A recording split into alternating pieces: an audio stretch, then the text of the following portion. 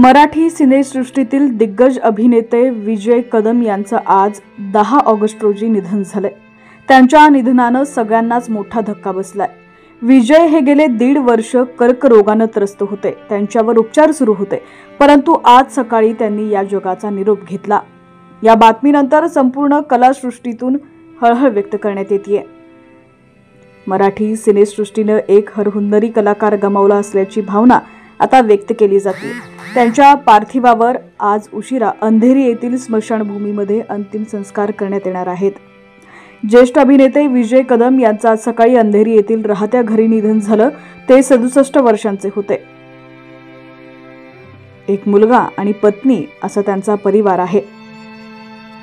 गेले 1.5 वर्ष ते कर्करोगाशी लढत होते। त्यांच्यावर उपचार सुरू होते, परंतु आज सकाळी त्यांनी राहत्या घरी अखेरचा श्वास घेतला। विजय कदम यांनी रंगभूमीबरोबरच मराठी चित्रपटात देखील काम केलं। त्यांच्या जाण्यानं मराठी सिनेसृष्टीत एक मोठी पोकळी निर्माण झाली आहे। अनेक कलाकार त्यांच्या निधनावर शोक व्यक्त करतायत।